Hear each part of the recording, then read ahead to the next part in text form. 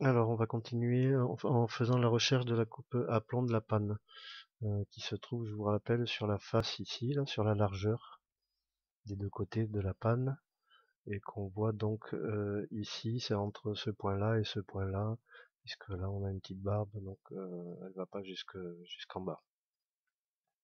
Donc le principe de recherche de cette coupe, ben, il est tout simple, c'est qu'on va tracer le dévers de la panne, qui est notre ligne de référence ici, parce que si on n'a pas d'épaisseur, on travaille toujours avec le dessous de toute façon. On prolonge donc ça à venir croiser la ligne de trave du chevron d'emprunt, et ensuite on reporte ce trait-là parallèle à la sablière du versant, ici en bas, jusqu'à venir croiser l'arrêtier. On verra tout à l'heure jusqu'où. Ensuite, eh ben, je pique un compas ici à l'intersection de ces deux points et je prends la longueur ici au lati, puisque j'ai choisi de travailler par simple ligne au lati, et je fais un rabattement.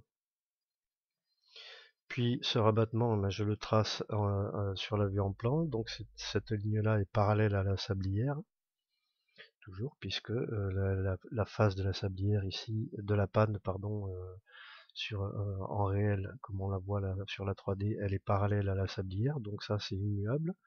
Tout ce qui est parallèle à la sablière sur une vue en plan, le reste forcément sur la herse aussi.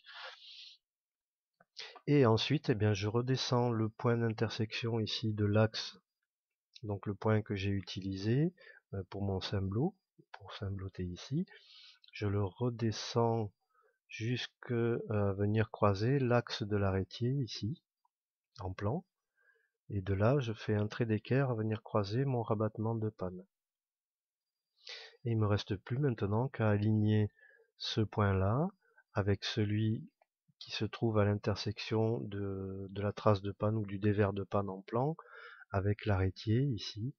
Et je l'aligne et ça me donne l'angle de ma coupe. Alors j'ai fait également ici, j'ai travaillé à la face pour vous montrer que les angles sont bien les mêmes, à condition qu'on garde les bonnes références. C'est-à-dire que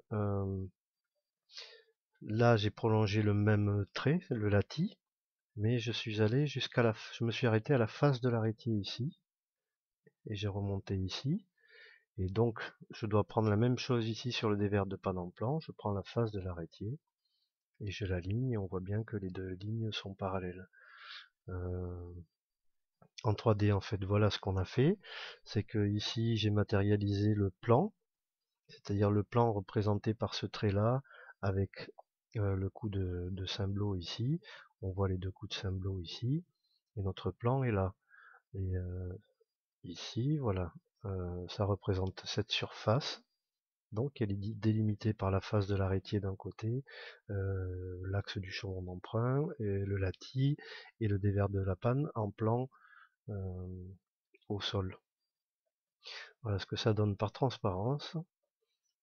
Ici, on voit bien que ma panne est bien coupée comme l'indique la sauterelle. Et voilà, si je fais un petit angle comme ça, là, on peut voir voilà, le rabattement des choses, ce pan-là, donc le dévers de notre panne, qui est rabattu ici au sol. Et on voit bien les angles de coupe, comment on les trouve. Voilà, ici avec l'arrêtier. Donc on voit bien aussi que notre sauterelle est bien parallèle à la face aplomb de l'arrêtier et que ça correspond à la coupe de notre panne.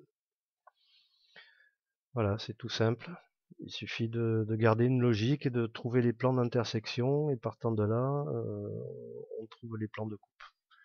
Voilà, tout de suite pour la suite de ce cours.